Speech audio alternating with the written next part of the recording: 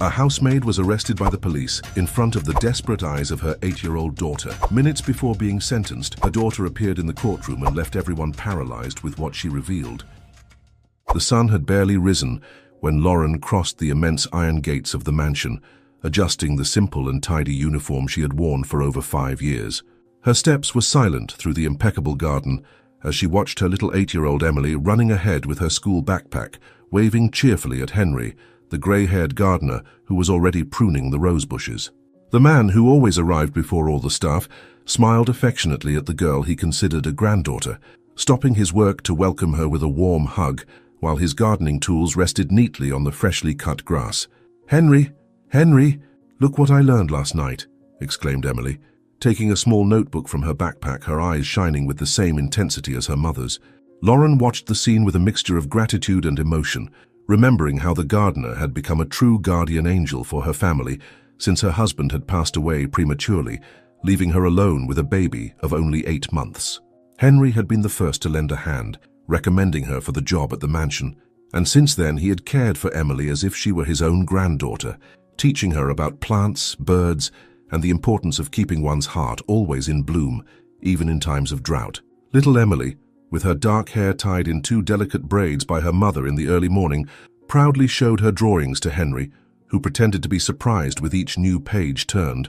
Lauren smiled, adjusting the cleaning products on the cart that already knew every corner of that imposing mansion.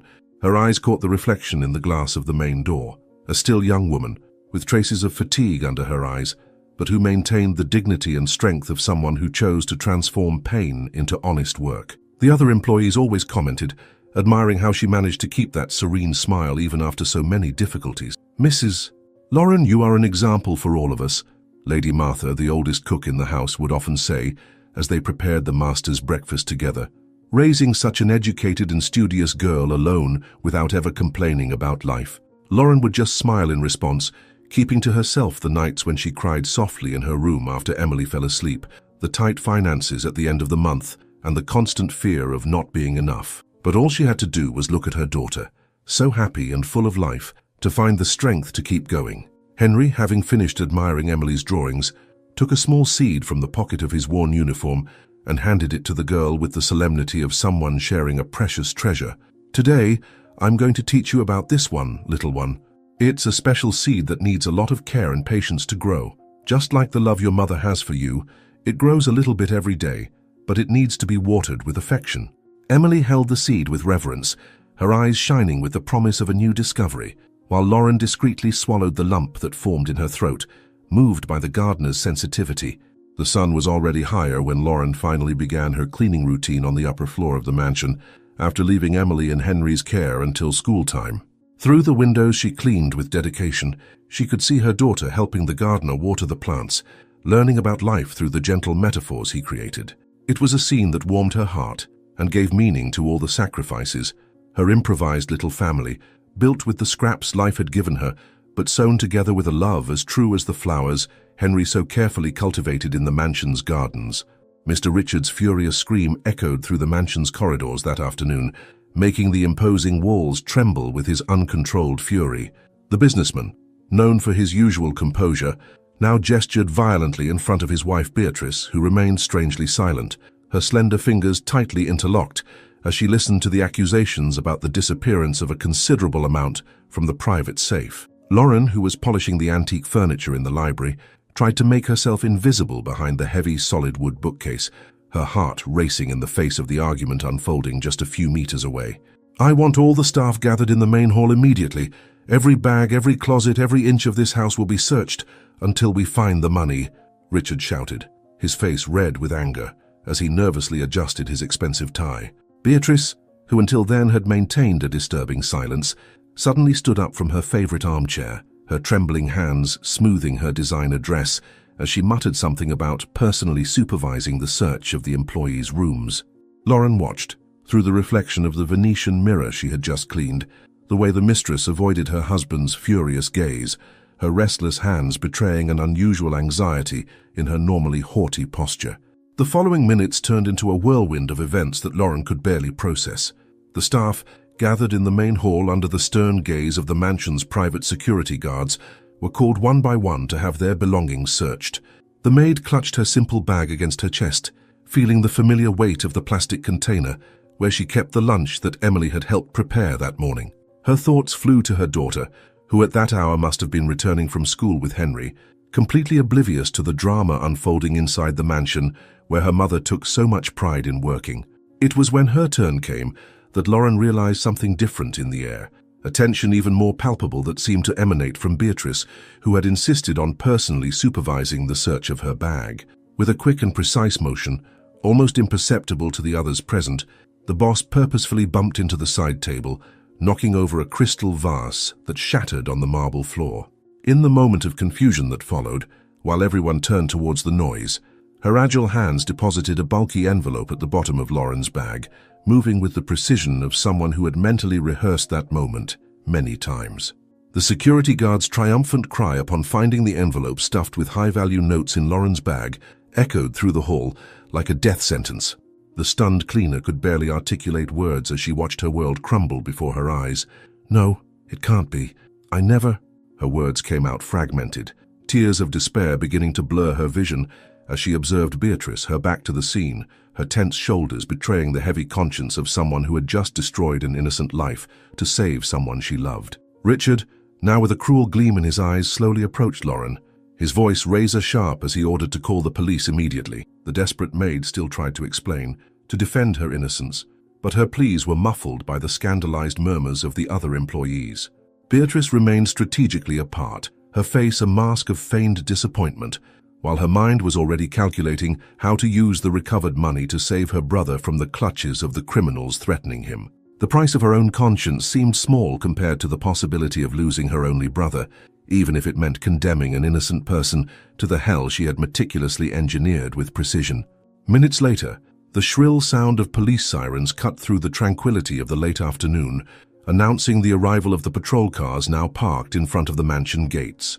The guards, following the boss's direct orders, guided the officers through the immaculate garden, while Lauren remained in the main hall, her legs trembling so much that she could barely stand. Her tear-filled eyes desperately sought an explanation for the unfolding nightmare, while her hands, always so steady at work, now shook uncontrollably. "Mom! Mom!" Emily's desperate cry echoed through the hall as the girl burst through the door, her school uniform disheveled from running, her eyes wide with terror at seeing her mother surrounded by police officers. Lauren felt her heart shatter as she saw her daughter in that situation, trying in vain to smile to calm her down as the officers began reading her rights.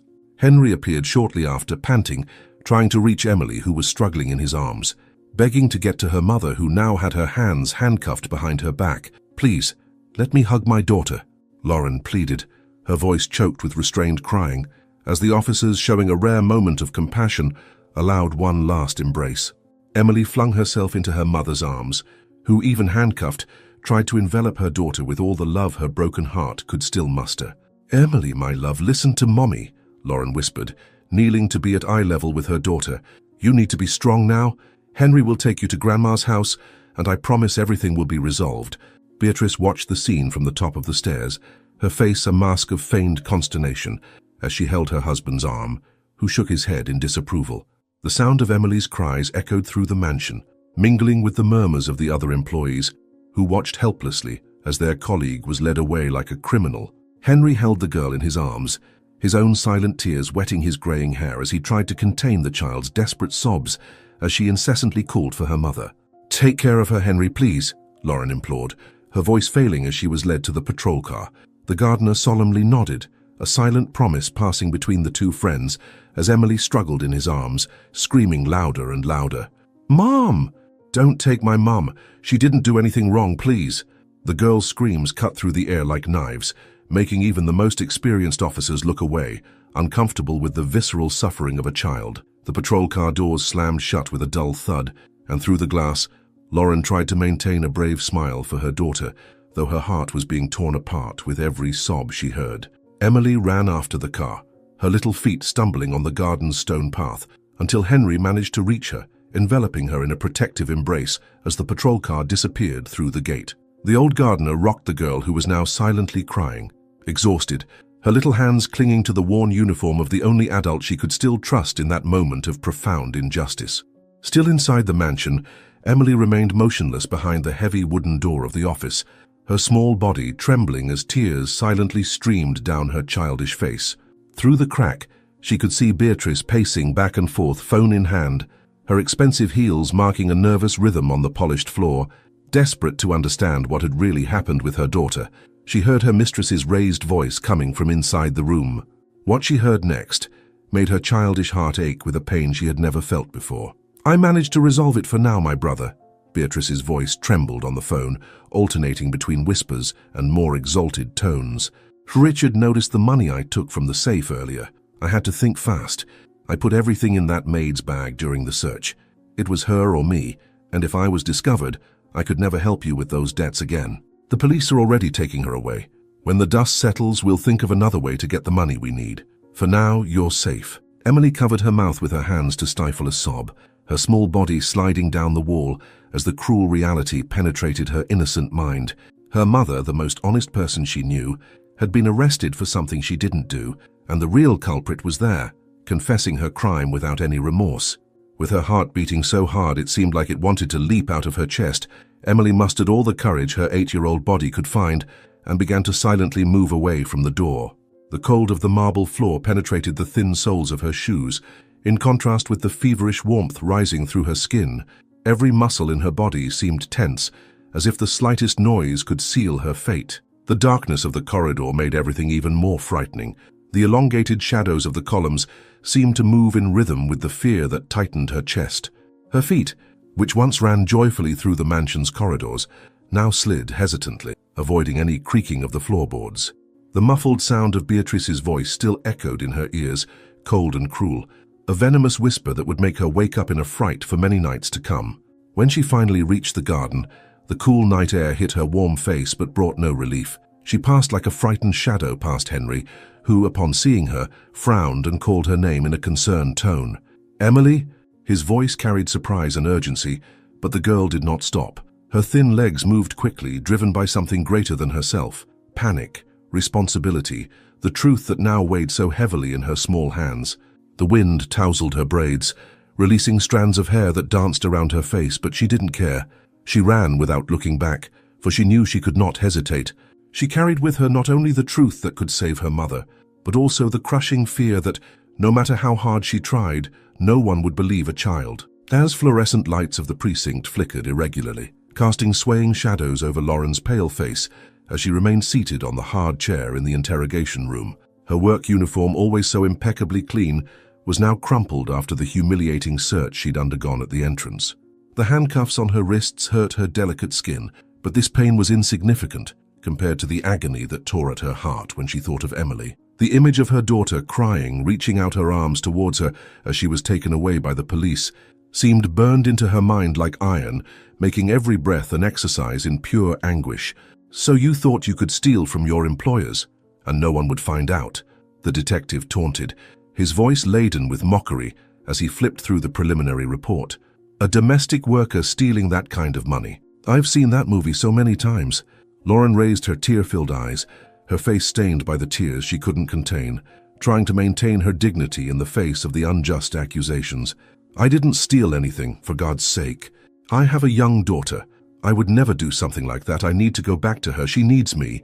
Her choked voice echoed through the cold room, finding only looks of disbelief and disdain. The police officers circulating around the precinct would occasionally stop to observe her through the glass window, some shaking their heads in disapproval, others exchanging malicious comments about another maid who couldn't resist temptation.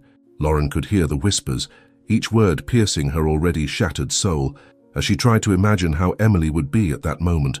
Would she be able to sleep without her goodnight kiss? Would she be crying in her grandmother's arms, not understanding why her mother had been taken away like that? The thought of her little one suffering was like 1,000 stabs in her already shattered heart. "You'll make it easier on everyone if you just confess," insisted another officer who had just entered the room, slamming a folder on the table with unnecessary force.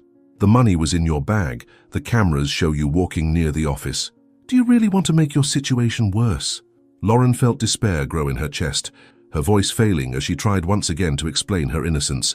The words came out broken by sobs, her handcuffed hands trembling as she begged them to believe her, to understand that she would never betray her employer's trust, that her honesty was all she had to teach her daughter. Time seemed to drag on endlessly in that stifling room, where every minute away from Emily was an indescribable torture. The precinct staff walked past her as if she were invisible, or worse, as if her mere presence were an offense. A female officer, bringing a cup of water that Lauren could barely hold with her trembling hands, muttered something about people who aren't content with what they have, before walking away with hard steps. The water went down bitter through her throat, as her silent tears continued to fall, each drop carrying the weight of injustice and the longing for her little one. The detective returned to the room with booking papers in hand, his face showing the boredom of someone who had seen similar cases countless times. "Well, Mrs. Lauren, the situation is clear. Caught red-handed for aggravated theft. You'll spend the night in the cell and tomorrow you'll be taken for a custody hearing." The words fell like a death sentence on her shoulders. One night away from Emily. One night without being able to explain, without being able to hug, without being able to protect her little girl from the cruel world that had just turned their lives upside down. Lauren let her head drop to her chest, defeated, as she was led to the cell, her thoughts flying desperately to her daughter, praying for God to protect her little heart from the storm of injustice that had descended upon their lives. Emily's grandmother's modest kitchen was shrouded in a heavy silence as the girl, still trembling, tried to organize her thoughts to recount what she had witnessed. Henry remained seated by her side, his wrinkled hand resting protectively on the child's small shoulder, while Mrs. Teresa, Emily's grandmother, prepared hot tea with trembling hands, spilling water outside the cup several times. The subtle aroma of the beverage contrasted with the tension hanging in the air as the three gathered the courage to face the terrible reality that presented itself before them. "Grandma, Uncle Henry, I know who did this to my mom," Emily began, her childlike voice laden with a seriousness that should not exist in an 8-year-old. Her small hands clutched the teacup, as if seeking strength from the warmth emanating from it, while silent tears streamed down her face, already marked by crying. "I heard Mrs. Beatrice talking on the phone. It was her who put the money in Mom's bag. She confessed everything to her brother." The revelation fell like a thunderbolt in the small kitchen, making Mrs. Teresa bring her hands to her mouth in shock, while Henry closed his eyes with an expression of profound pain. Henry leaned forward, his tired eyes shining with renewed determination as he looked at Emily. "Little one, are you absolutely certain of what you heard? We need to be sure before anything else." Emily nodded vehemently, her braids swaying with the motion, as she recounted every word she had heard through the office door. Her childlike memory, sharpened by fear and injustice, reproduced with chilling precision Beatrice's confession, each word making the adults' hearts tighten even more in the face of the cruelty of the situation. "My God in heaven, how can someone be so cruel?" lamented Mrs. Teresa, her wrinkled hands trembling as she wiped away the tears with her apron. "My daughter in jail, accused of such a thing, while that woman continues living her life of a madame." Henry rose slowly, his years of experience weighing on every movement, as a firm resolution formed on his aged countenance. "Mrs. Teresa, Emily, I promise I will help prove Lauren's innocence. No matter what happens to me, I cannot stand idly by watching this injustice happen." "But Uncle Henry, Miss Beatrice is very powerful," Emily warned, her voice trembling with concern for the only adult who could still help them. "She can hurt you too." The old gardener knelt down with difficulty in front of the girl, holding her small hands between his, calloused from years of working the earth. "My little one, sometimes in life we need to be brave, not just for ourselves, but for those we love. Your mother is like a daughter to me, and you, my granddaughter at heart. I cannot let this injustice happen, even if it means losing my job or worse." Mrs. Teresa approached the two, enveloping them in a tight embrace that carried all the fear and hope they felt at that moment. "May God protect us all," she murmured, her voice choked with emotion, "and may the truth come out before it's too late." Henry rose with renewed determination, his tired body seeming stronger with the mission that lay before him. "I'll seek help today. I know people who can help us gather evidence. I won't rest until your mother is back home, Emily. I promise." The girl hugged the old gardener's waist, her tears now mixed with a small spark of hope as the sun set outside, marking the end of the most difficult day of their young lives. The following morning, Beatrice gathered all the staff in the main hall of the mansion, her high heels echoing threateningly across the marble floor as she walked in circles around the frightened employees. Her face, normally composed by a mask of studied elegance, now displayed a hard and calculating expression. With dramatic gestures and a voice laden with false disappointment, she spoke of trust and loyalty, while her eyes pierced each employee present, searching for signs of potential allies of Lauren. "I am deeply disappointed with the situation we experienced yesterday," Beatrice declared, stopping in front of Mrs. Martha, the cook who had tried to defend Lauren the previous day. "And I want to make it very clear that anyone who tries to help or defend a proven thief will be putting their own job at risk. I will not tolerate the reputation of this house being further tarnished by disloyal employees." Her words fell like stones upon the staff, who kept their eyes downcast, fearing to meet her threatening gaze. Henry, standing at the back of the group, clenched his fists tightly, swallowing the outrage that threatened to overflow. Fear spread rapidly among the mansion's staff, like a silent and devastating disease, infiltrating conversations, glances, and even the simplest gestures. In the cold marble corridors, where once discreet laughter and the typical chatter of employees exchanging confidences about their lives had echoed, a suffocating silence now reigned. Hurried whispers were interrupted as soon as someone approached, as if every word spoken above the necessary tone could turn into a condemning sentence. Lauren's name, once pronounced with respect and affection by those who knew her dedication, was now avoided at all costs. When mentioned, it was followed by furtive glances and a palpable tension that hung in the air like an impending storm. The fear was not only of losing one's job, but of becoming the next target. Beatrice circulated through the rooms like a vigilant shadow, airs of superiority and a piercing gaze that swept the hall like a lighthouse, searching for any sign of insubordination. Her expensive perfume permeated the air, making her presence even more suffocating. The mere touch of her heels on the wooden floor was enough for the employees to avert their eyes, quicken their steps, and pretend to be even busier than they really were. Her smile was a cold mask, a perfect disguise for the beast that lurked behind her calculating eyes. She knew that psychological terror was her most powerful weapon, and the guarantee that no one would dare question the official version of events. Meanwhile, she continued her theater of a wronged mistress, weaving her web of lies with surgical precision, waiting only for the right moment to deliver the final blow. Henry sat nervously in the worn chair of the small office, his calloused hands gripping a brown envelope containing all his life's savings. The private detective, a middle-aged man with keen eyes and graying hair, carefully examined the notes the gardener had made about the case. The modest environment, with its peeling walls and old furniture, contrasted starkly with the luxurious mansion where it all began, but Henry knew that here, in this simple office, he might find the only chance to save Lauren. "Mr. Henry, I need to be honest with you," began Detective Robinson, adjusting his reading glasses as he organized his notes. "Investigating someone of Miss Beatrice's social level is no simple task. These people have connections, influence, power. Are you sure you want to go through with this?" Henry straightened up in his chair, his expression revealing a determination that surpassed any fear. "You don't know Lauren, Mr. Robinson. She's the most honest person I've ever known. She's been wrongfully imprisoned, leaving an 8-year-old girl without a mother. I've brought all my savings here. I don't care how much it costs." The detective carefully took the envelope, weighing it in his hands as he considered the situation.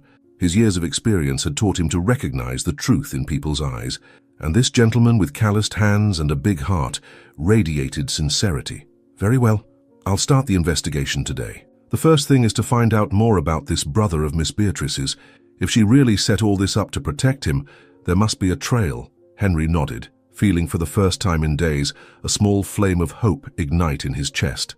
On the days that followed, Detective Robinson delved deep into his investigation, scouring records, conversing with informants, and following clues that gradually revealed a much larger picture than they had imagined. Upon his return to the office a week later, his findings made Henry turn pale. "Mrs. Beatrice's brother is involved with very dangerous people," Robinson explained, spreading documents across his desk. "Gambling debts, loans from loan sharks, fraudulent businesses. I found records of threats, collections, astronomical amounts. The sum found with Lauren matches exactly the amount of one of the most urgent debts." Henry absorbed every word with a mixture of horror and hope, his hands trembling slightly as he examined the documents presented. The detective continued, his voice taking on a more serious tone. "I managed to track suspicious transfers, compromising conversations. Beatrice has been trying to save her brother for months, but this time she went too far. Using an innocent as a scapegoat, that's a crime, Mr. Henry. A serious crime. The gardener felt his heart racing with each new revelation, the certainty that they could prove Lauren's innocence growing with every moment. "And there's more," Robinson added, picking up a specific folder. "I discovered that it's not the first time her brother has been involved with criminals. There's a pattern here, and Beatrice has always been behind it, cleaning up the mess, paying off debts. But this time she didn't have her own resources anymore.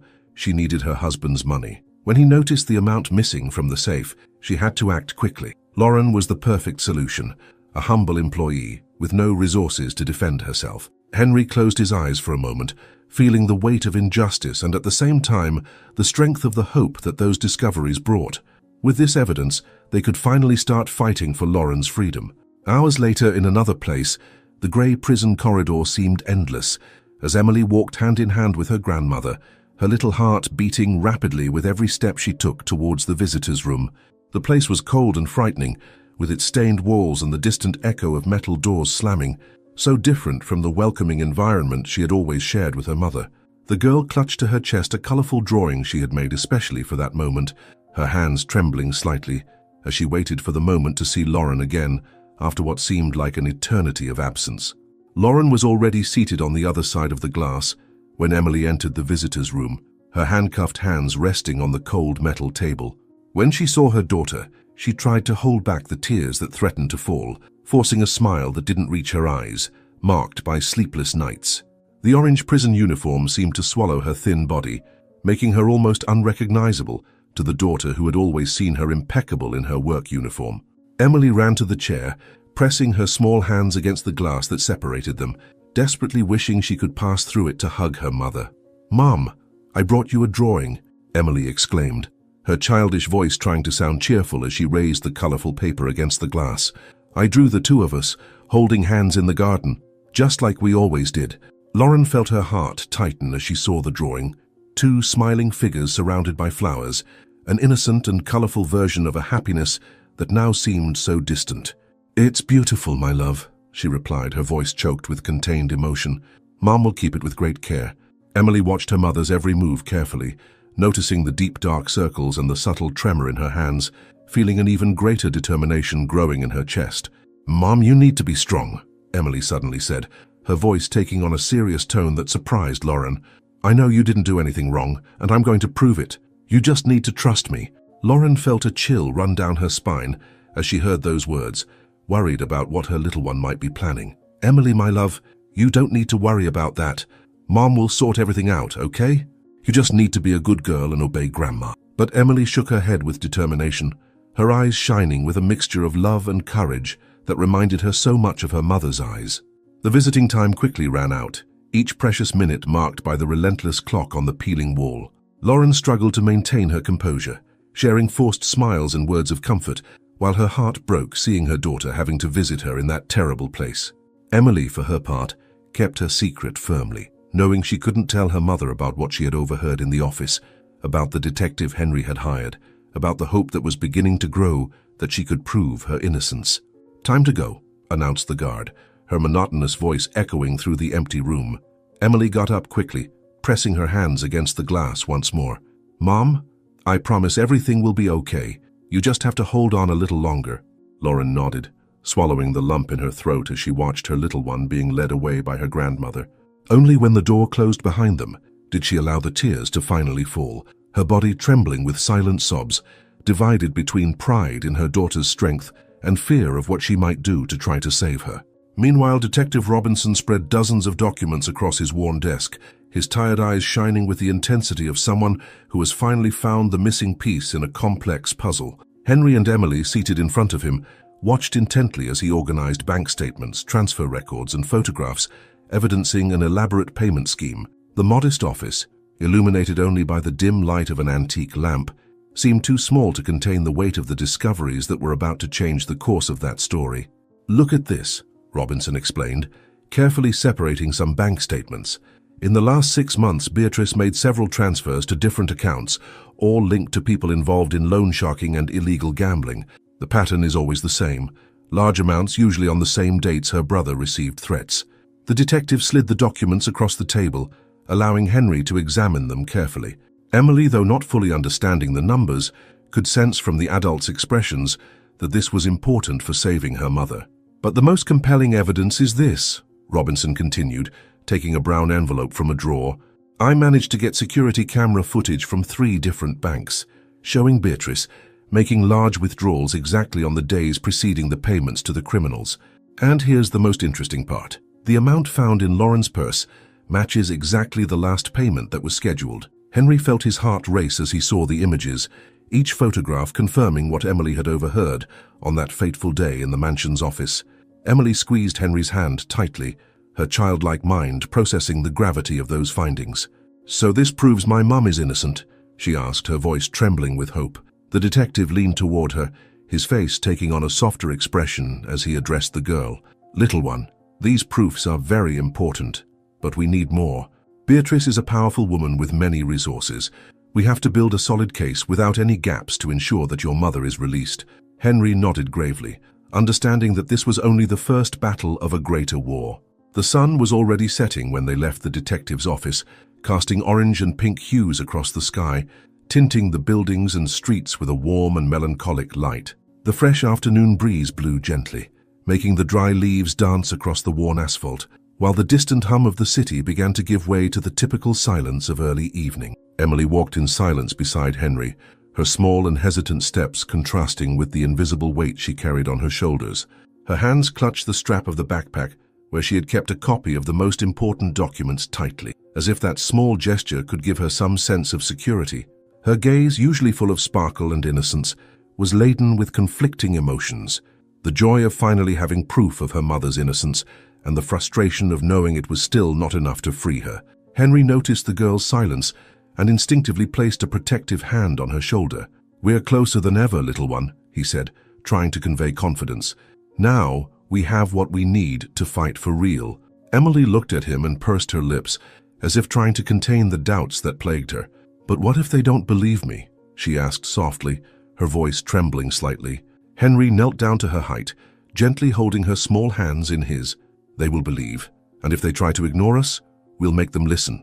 The truth always finds a way to be heard, Emily." She nodded slowly, clenching her fists in determination. Henry, in turn, felt the weight of responsibility on his shoulders, but also a renewed strength. With those proofs in hand, they could finally glimpse a path to justice, even if the journey was still long and dangerous. The next day, the atmosphere in the main hall of the mansion was stifling that morning, as Richard, Beatrice's husband, stood before the gathered staff. His face, marked by sleepless nights and growing concerns, revealed a mixture of disappointment and determination as he nervously adjusted his expensive tie. The servants, lined up in tense rows, hardly breathed, sensing that something grave was about to be announced. Henry, in his gardener's uniform already worn by time, felt his heart beat faster with every second of silence that preceded the inevitable announcement. "After the recent events," Richard began, his deep voice echoing through the sumptuous hall, "my wife and I have come to a difficult but necessary decision. The mansion will be put up for sale this week, and consequently all staff will be let go by the end of the month." A murmur of despair ran through the group, while Beatrice, standing beside her husband, maintained a studiously sorrowful expression, though her eyes shone with barely concealed satisfaction. Henry observed every detail of that scene closely, aware that the time to prove Lauren's innocence was quickly running out. Richard's following words sounded distant to Henry, who was already mentally calculating how much time he would have to gather the necessary evidence. The announcement of the sale meant not only the loss of jobs but also the disappearance of crucial witnesses, the dispersal of important evidence, and most importantly, the end of access to the location where everything had happened. The old gardener felt the weight of urgency on his already weary shoulders as he watched the distressed faces of his co-workers, each of them potentially carrying a piece of the puzzle that could free Lauren. After the meeting, Henry remained in the garden, his hands trembling slightly as he pruned the rose bushes he had tended for so many years. His small room at the back of the property carefully guarded all the evidence the detective had gathered so far: bank statements, photographs, records of suspicious transfers. But it was still not enough to definitively prove Beatrice's scheme. Time, which had once seemed to crawl slowly in the mansion's routine, now transformed into a relentless enemy, marking the countdown to the end of his chances to bring justice.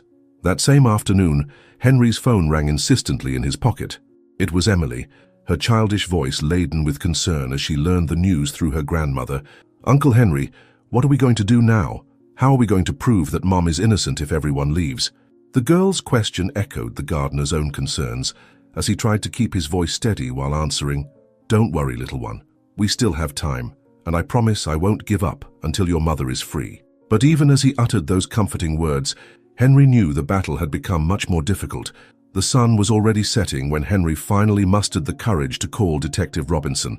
Sitting on his simple bed, surrounded by the documents that could save Lauren, the gardener knew it was time to make drastic decisions. "Detective Robinson, the situation has changed. They're going to sell the mansion. Everyone will be fired. We need to act now, no matter the risk." On the other end of the line, the detective sighed heavily, understanding the gravity of the situation. The race against time had begun, and every minute lost was one less chance to prove Lauren's innocence. As the shadows of night fell over the mansion, Henry vowed to himself that he would not let Beatrice win, even if it meant risking everything he had. The Detective Robinson remained motionless in his dark car, strategically parked near the luxurious restaurant where Beatrice had arranged a meeting with her brother. The discreetly positioned recording equipment captured every movement of the couple seated at the outdoor table of the establishment.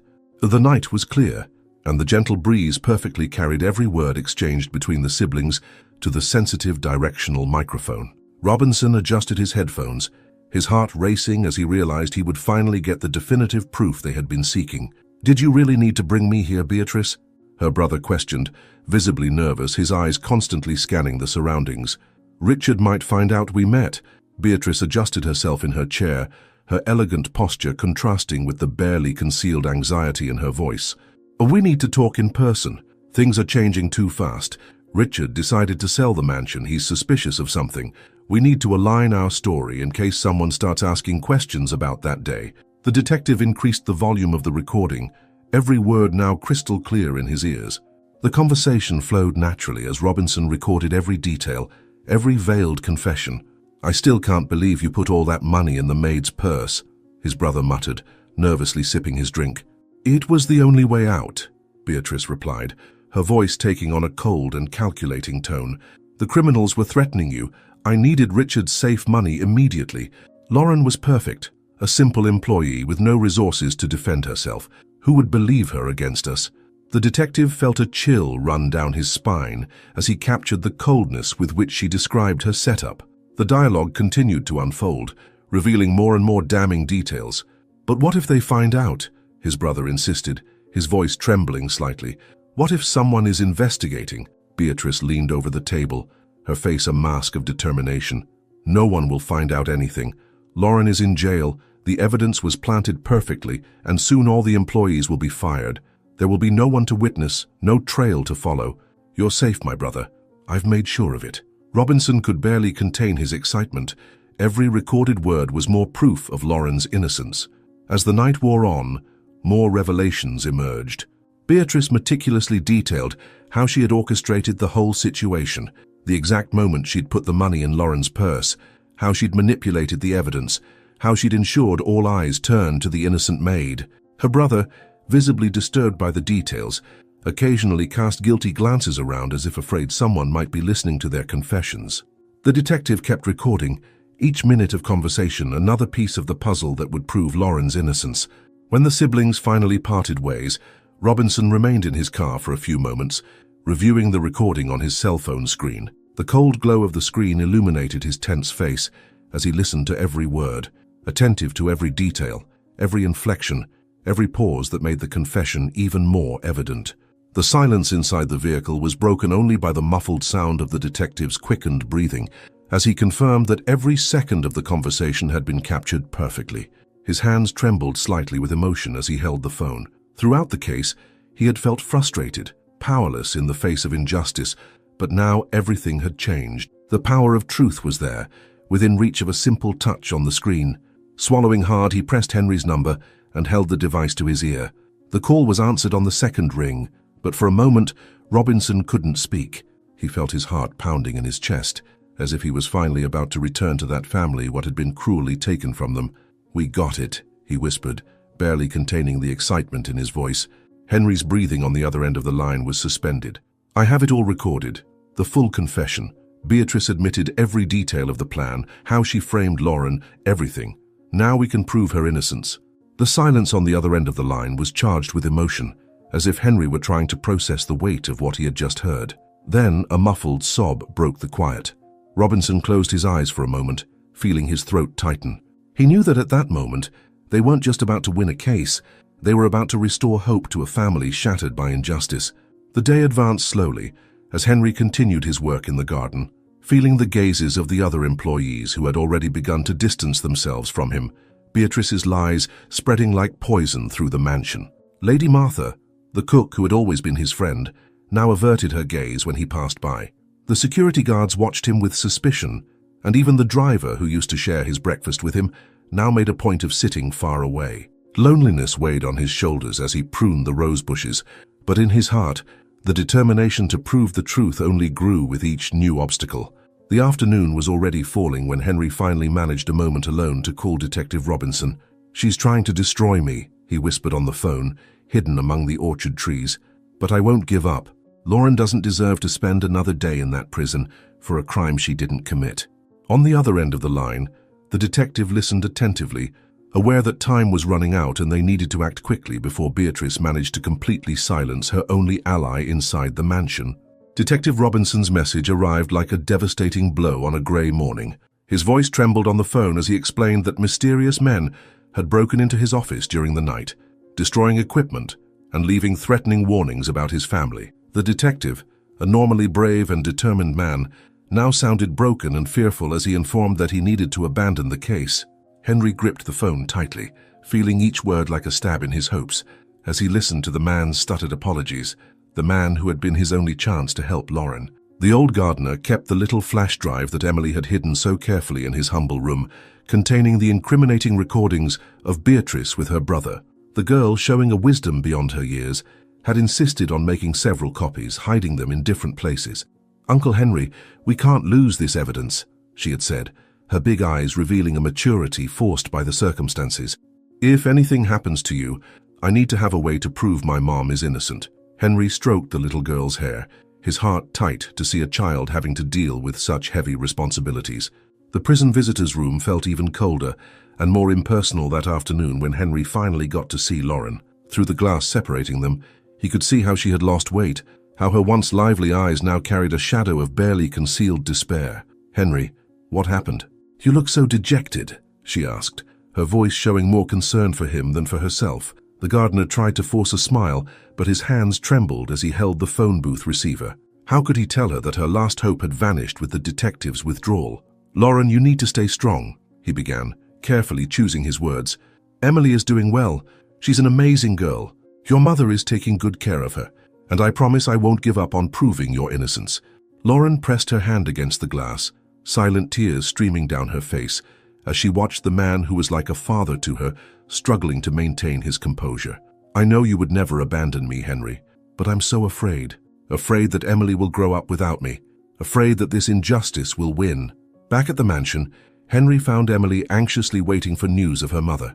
The girl had created a secret hiding place in an old toy box, where she kept one of the copies of the recordings, along with letters she wrote daily to Lauren, but couldn't send. "How is she, Uncle Henry?" Emily asked, her small voice laden with worry. The gardener sat down beside her on the garden bench, the same place where he had so often taught the girl about his plants. "Your mother is strong, little one. She's holding on tight, thinking of you every moment."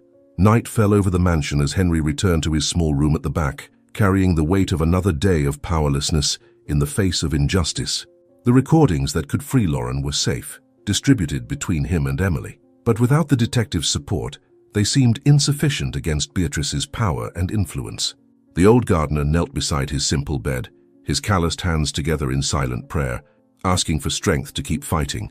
In the next room, hidden under a loose floorboard, the recording that could change everything waited for the right moment to come to light, guarded by the unwavering hope of a child who refused to give up on her mother. The grandmother's kitchen was silent that night, as Henry and Mrs. Teresa sat at the table, exhausted after another day of failed attempts. The pile of rejected lawyers' cards accumulated on the floral tablecloth, each one representing another closed door, another shattered hope. Emily watched the adults from her place at the table, her small hands tightly gripping the flash drive containing the incriminating recordings. Her mother's trial was scheduled in 3 days, and no lawyer had shown enough courage to face Beatrice's power and influence. "It's unbelievable," Mrs. Teresa vented, her voice choked with frustration. "5 law firms today and all with the same excuse. Case too complicated. We can't cross certain people. How can justice work like this?" Henry shook his head in dismay, his calloused hands drumming nervously on the table. "The last lawyer wouldn't even see us when I mentioned Beatrice's name. It's like she has power over the whole city." Emily remained strangely quiet, her eyes fixed on the cup of hot chocolate cooling in front of her, her childish mind processing every word of that hopeless conversation. Suddenly the girl got up from her chair, her small stature contrasting with the determination radiating from her gaze. "I know what I need to do," she declared, her voice firm, surprising the adults. "If no lawyer wants to help us, I'll talk to the judge myself. I'll tell him everything I saw, everything I heard. I have the recordings right here with me. They'll have to believe me." Henry and Mrs. Teresa exchanged worried looks, the weight of that desperate decision hanging heavily over the once cozy kitchen. "Emily, my love, you cannot," began Mrs. Teresa, but was interrupted by her granddaughter, whose voice now trembled with a mixture of courage and contained emotion. "Grandma, I'm the only one who can save Mom now. I was there. I heard Miss Beatrice confessing everything on the phone. I have the recordings the detective got. If I don't do anything, my mom will remain in jail for something she didn't do." Tears began to stream down the girl's face, but her determination remained unshaken, painfully reminiscent of the strength they had always admired in Lauren. Henry slowly rose from his chair, approaching Emily with heavy steps. He knelt before her, his tired eyes meeting hers. "So young and yet already carrying such a heavy burden. Little one, are you sure about this? Facing a courtroom is not like telling a story at school. It will be scary. There will be a lot of people watching you, asking difficult questions." Emily held the old gardener's hands, squeezing them with surprising strength. "Uncle Henry, Mom always taught me to fight for the truth, no matter how difficult it is. She's innocent and I'm the only one who can prove it now." The night wore on as the three remained in the kitchen, immersed in careful planning that would determine Lauren's fate. The wall clock ticked away the hours slowly, its steady rhythm filling the occasional silences that arose between their worried conversations. The simple wooden table was covered with scribbled notes on loose sheets, alongside a forgotten cup of tea and a plate of bread remnants that no one had an appetite for anymore. The aroma of Henry's bitter coffee lingered in the air, mingling with the scent of the banana bread Mrs. Teresa had prepared earlier, a silent attempt to offer comfort amidst the chaos. Emily, sitting with her little legs crossed on the chair, kept her gaze fixed on the USB drive in her small hands. This was no toy, no simple thing. It was the key to changing everything. Her childlike eyes, usually filled with curiosity and innocence, now reflected a determination that didn't match her age. She should have been worried only about dolls and playtime, but instead, she prepared to face an entire courtroom, bearing the responsibility of freeing her mother on her shoulders. "You know you don't have to do this, dear," Henry whispered, sitting beside her and resting a firm hand on her shoulder. His voice carried a mixture of pride and pain. "This is too much for someone your age." Emily raised her face and met his eyes, shining with something that seemed stronger than fear. "I'm the only one who can do this," she replied, with a certainty that made Henry swallow hard. "If I don't speak up, who else will?" As Mrs. Teresa cried silently on the phone with the public defender, explaining the situation and pleading for guidance, Emily carefully placed the USB drive in her school backpack. The weight of it was more than physical. In a few days she would face the greatest challenge of her young life, and she knew she couldn't fail. On the night before the trial, Emily's grandmother's modest home was shrouded in a tense atmosphere as Henry and Mrs. Teresa spoke in hushed tones in the kitchen, believing the girl was already asleep. However, Emily remained awake in her room, sitting on the edge of the bed, her little fingers nervously clutching the USB drive that held the proof of her mother's innocence. Through the half-open door, she could hear the adults' worried whispers discussing the details of the following day, each word increasing the weight of responsibility on her childish shoulders. "We need to arrive early at the courthouse," Henry murmured, his tired voice carrying a concern he couldn't hide. "Emily must enter with the other family members without drawing attention. Beatrice can't suspect anything until the right moment." Mrs. Teresa sighed heavily, her hands trembling as she poured another cup of tea to calm her nerves. "Dear God, Henry, she's just a child. How can we let my granddaughter face that courtroom alone? What if Beatrice tries to intimidate her? What if the judge doesn't allow her to speak?" The questions hung in the air like threatening shadows. Meanwhile, across town, the mansion glowed with the lights of an extravagant party. Beatrice circulated among the guests like a queen in her castle, champagne flute in hand, her victorious smile barely concealing the cruelty behind the mask of elegance. "Tomorrow we can finally turn the page on this unpleasant affair," she commented to her select guests, her melodious voice carrying a tone of false compassion. "It's a shame when people we trust betray us like this." The guests nodded in agreement, completely oblivious to the true story behind this well-rehearsed theater. Back in Emily's room, the girl silently rose, approaching the window to gaze at the moon shining in the dark sky. Her thoughts flew to her mother, alone in a cold cell while Beatrice celebrated her anticipated victory with music and laughter. The contrast between the two realities made her little heart ache with a mixture of anger and determination. In her hands, the USB drive seemed to weigh a ton, carrying not only the recordings but also the fate of her family. "Emily needs to be prepared for the judge's questions," Henry continued in the kitchen, his voice now firmer. "She has to recount exactly what she heard that day in the office without hesitation, and we need to ensure the USB drive with the recordings reaches the right hands at the precise moment." "Mrs." Teresa wiped away the silent tears that persisted in falling, her heart divided between pride in her granddaughter's courage and fear of what could happen the following day. "May God protect our little girl, Henry. May He give her the strength to face all of this." At the mansion, the party was reaching its peak. Beatrice raised her glass in a toast, her eyes shining with cruel satisfaction as she declared, "To justice, which always prevails." The guests applauded, oblivious to the irony of those words, while the hostess savored her moment of triumph. In his servant's room, Henry carefully put away his only tie, the one he would wear to court, his calloused hands trembling as he thought of all that was at stake. And Emily, lying in her bed but still awake, mentally repeated every word she would say in court, every detail she needed to reveal, praying that her childish voice would have enough strength to make the truth finally prevail over the lies so carefully constructed by Beatrice. The cold light of the prison's visiting room seemed even more merciless that afternoon, accentuating the deep shadows under Lauren's face and the marks that weeks of imprisonment had left on her once vibrant countenance. Henry watched through the glass that separated them, his heart aching to see how thin she had become, how her once bright eyes now carried a shadow of defeat. In her trembling hands, Lauren held a brown envelope, frayed at the edges from being held so often, containing words she had never imagined she would have to write. "Henry, I have no more hope," she began, her voice choked by suppressed sobbing. "Tomorrow will be the trial, and we both know that Beatrice has all the power on her side. We couldn't even get a lawyer who would defend my case." Her hands trembled as she slid the envelope through the small opening in the glass, silent tears streaming down her face as she tried to maintain her composure. "In this letter I wrote everything I need you to know about Emily. Her fears, her dreams, her needs. Please take care of her when I'm convicted." The old gardener gripped the telephone in the booth tightly, struggling against the urge to tell about the desperate plan Emily had devised.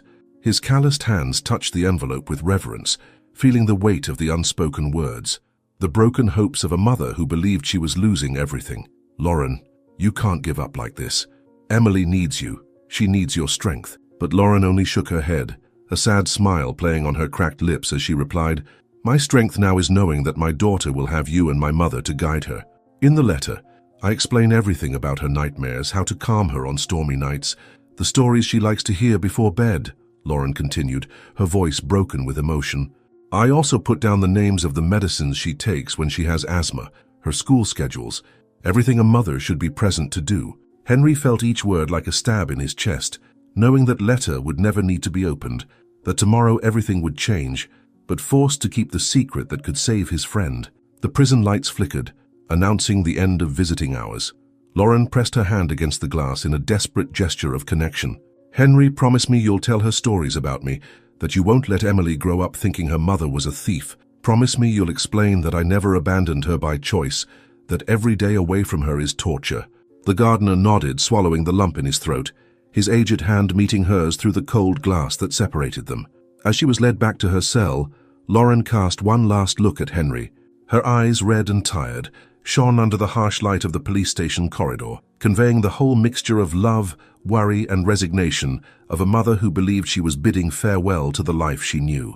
The steel chain of the handcuffs dug into her wrists, but that wasn't what hurt.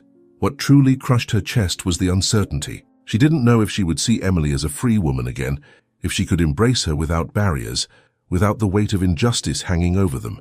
Henry remained seated on the wooden bench in the visitor's room for a few more moments, his calloused hands holding the envelope with unnecessary force, as if the paper could somehow escape. The document inside weighed like lead, a secret about to be revealed, a truth that would change everything the next day. He closed his eyes for an instant, feeling the weariness of so many years weighing down his shoulders, but he did not allow despair to take hold, because in his pocket, a small folded piece of paper seemed to burn like a live ember. It was Emily's childish handwriting, scribbled with determination, where she had written her promise, "I will save Mom." Those words were a silent reminder that hope still existed, that even though Lauren could not know at that moment, fate was about to take a different turn. Taking a deep breath, Henry wiped his face, discreetly drying the moisture that threatened to escape his eyes. Then he tucked the envelope inside his coat and clutched the note in his pocket, feeling the warmth of that promise like a push to carry on. Tomorrow would bring answers, and this time he would make sure the truth was finally heard. The night before the trial embraced the mansion with restless shadows, as Emily, who had convinced her grandmother to let her deliver one last drawing to Henry, silently crept through the dark hallways. The girl had learned to move without making noise during her visits to the mansion, her small feet knowing every creaking board, every corner that could hide her. It was then that she heard Beatrice's voice coming from the office, her agitated tones cutting through the nocturnal silence like a sharp knife. "Everything is prepared for after the trial," Beatrice whispered into the phone, her voice laced with cruel satisfaction that made Emily shudder in her hiding spot behind the half-open door. "As soon as that maid is convicted, we'll put the mansion up for sale. Richard doesn't suspect a thing. He thinks it's just because of the trauma from the robbery. In 2 weeks, we'll be out of this country, and no one will ever know the truth." The girl clutched the flash drive in her pocket so tightly that her fingers ached, each of Beatrice's words fueling her determination for the next day. The conversation continued, revealing more details of the cruel plans to flee. "The money is already all transferred to offshore accounts. That idiot Lauren will rot in jail while we enjoy the sun on paradise beaches," Beatrice laughed, her voice dripping with venom. "And the best part is, everyone believes the story of the thieving maid. No one will ever find out that I set this whole thing up." Emily felt her childish heart pounding so hard she feared being discovered, but remained motionless, etching every word into her memory as further proof of the injustice against her mother.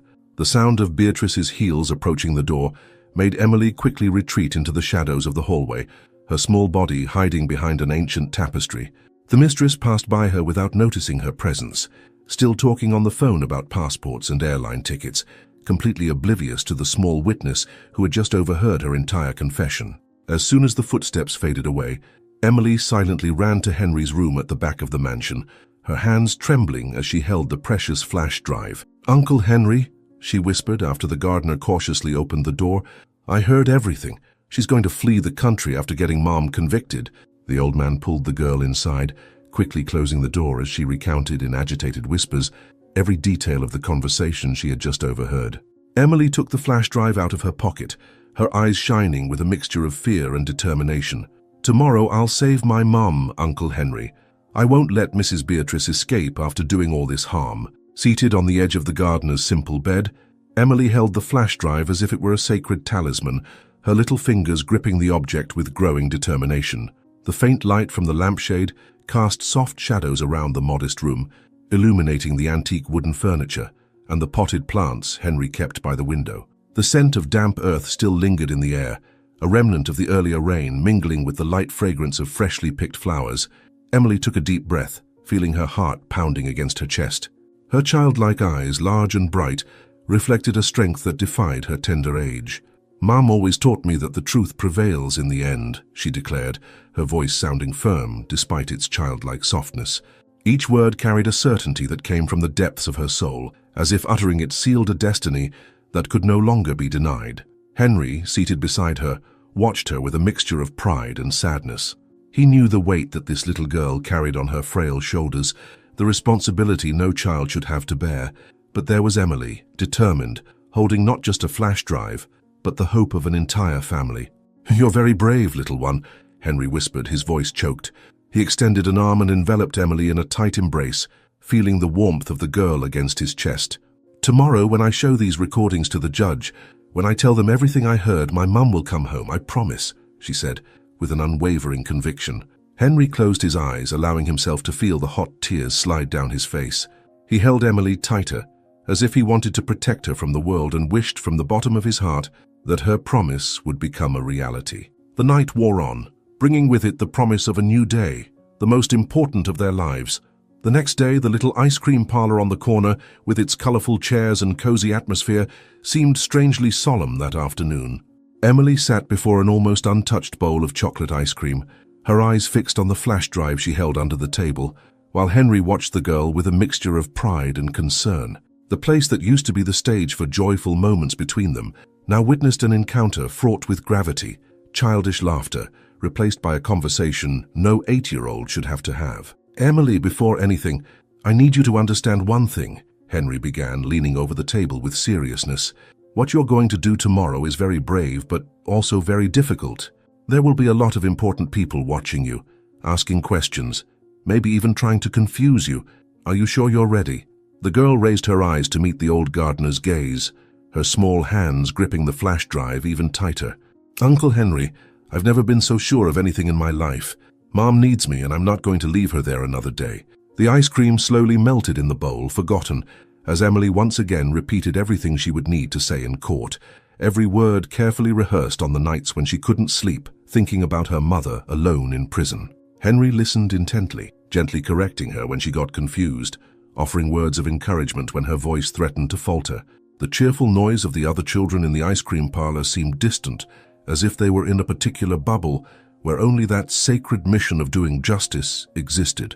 Remember what I taught you about the strongest roses in the garden? Henry asked, his soft voice carrying the wisdom of years cultivating not only flowers, but also hopes. They grow more beautifully precisely in the most difficult places, where they have to fight harder to survive. Emily nodded, a small smile appearing on her lips as she recalled the afternoon spent in the mansion's garden, learning life lessons among the flowers. And that's why we need to be like them, isn't it? Strong even when it's difficult. The old gardener took Emily's small hands in his own, calloused from years of work, and together they made the vow he had taught her in her toughest moments in the garden. I promise to be strong like the roses, Emily began, her voice gaining firmness with each word, to face storms without fear, to grow even when the path seems difficult, and never give up on making good flourish. Silent tears streamed down the gardener's face as he heard those words, originally created to teach about gardening, now carrying the weight of a battle for justice. I'll be there with you tomorrow, little one, Henry promised, his voice choked with emotion, his hoarse tone laden with a tenderness he rarely openly expressed. His tearful eyes shone in the dim kitchen light, reflecting the mixture of pride and concern that gripped his heart. In the front row, right where you can see me, when you feel afraid, look at me and remember, you are stronger than all those adults put together because you are fighting for the truth. Emily fell silent for a moment, absorbing every word, feeling the weight of the responsibility she carried and at the same time, the comfort Henry's presence provided her. The old gardener had always been there for her, with his wise words, his gentle gestures, and his gaze filled with the affection of a loving grandfather. She slowly rose from her chair, walked around the table, and without hesitation, threw herself into his arms. Her small body trembled slightly, not with fear, but with the intensity of the moment.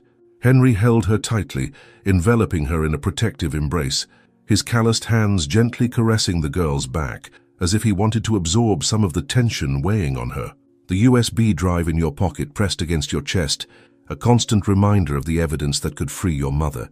But at that moment, it wasn't just the object that gave you strength. It was the love and security that Henry conveyed to you, the unbreakable bond you had built amidst the storm of injustice.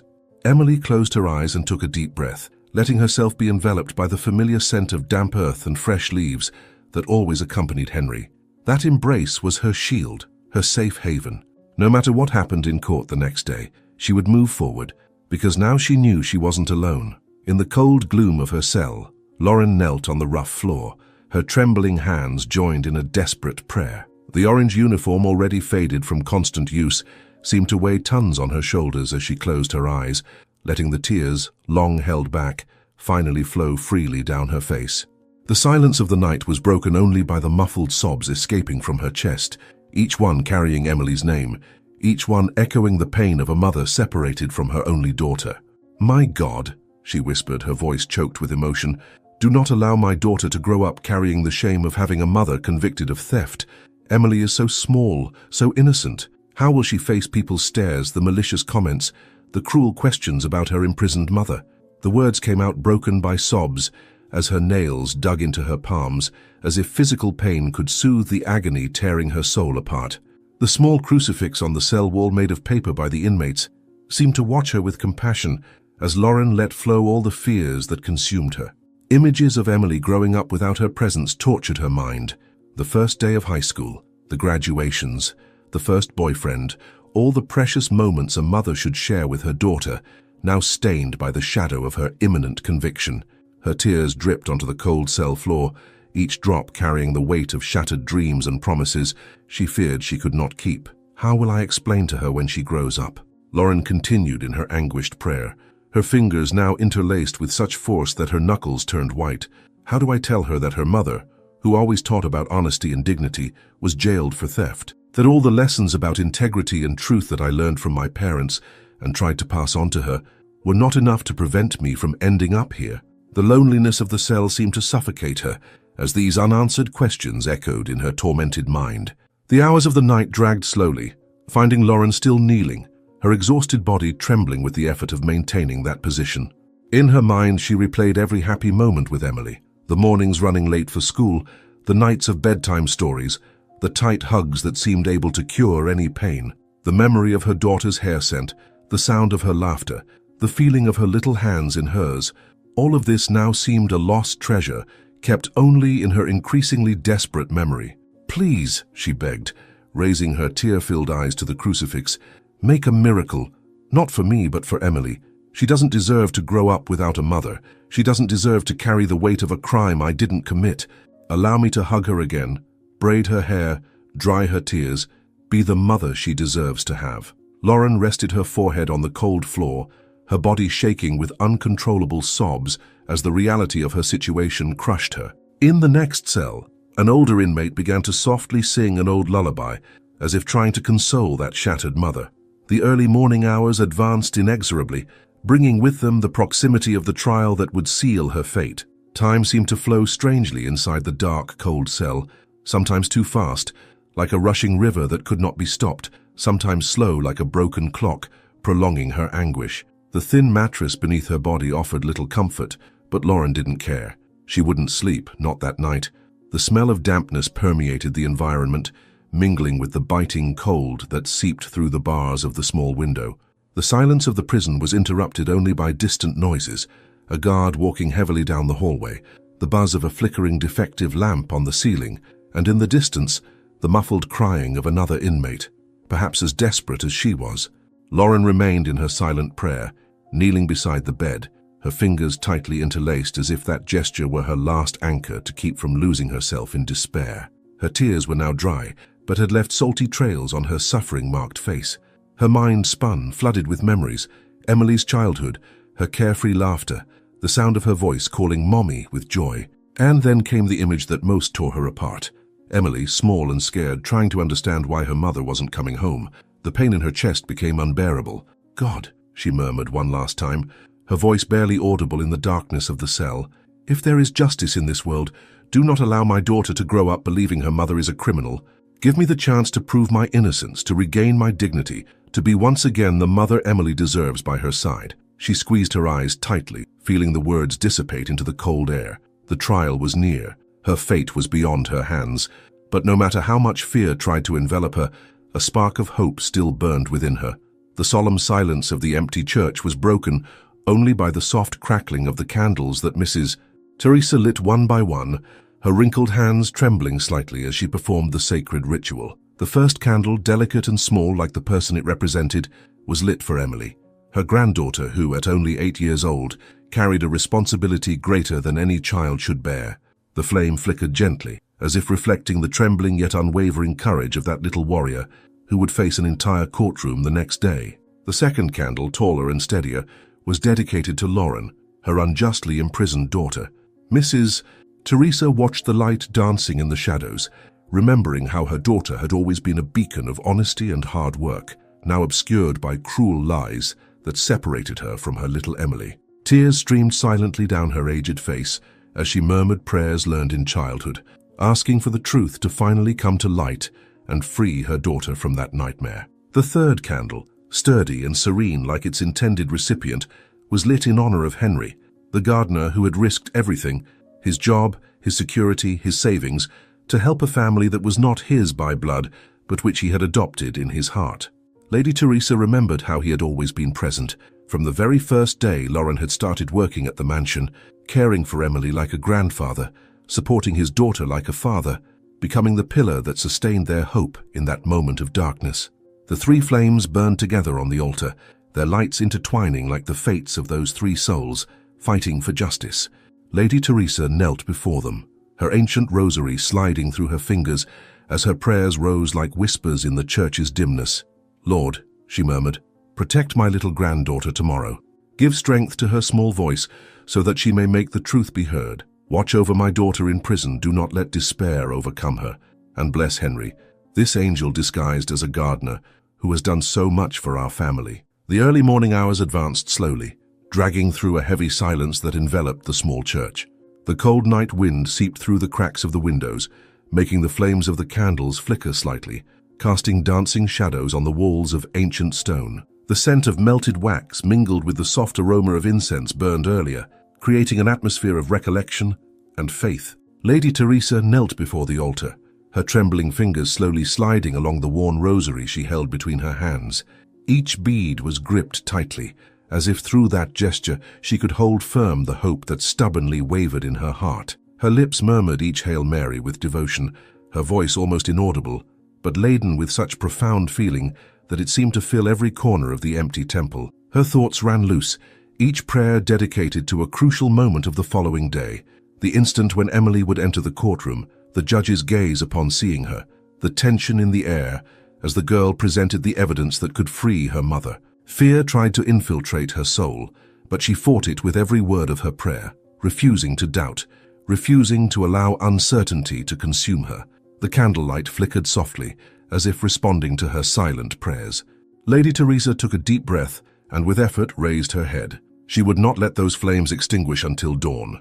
If in those small lights resided the strength her family so desperately needed, then she would remain there on her knees, firm in her vigil, until the sun brought a new day, and with it, the hope of justice.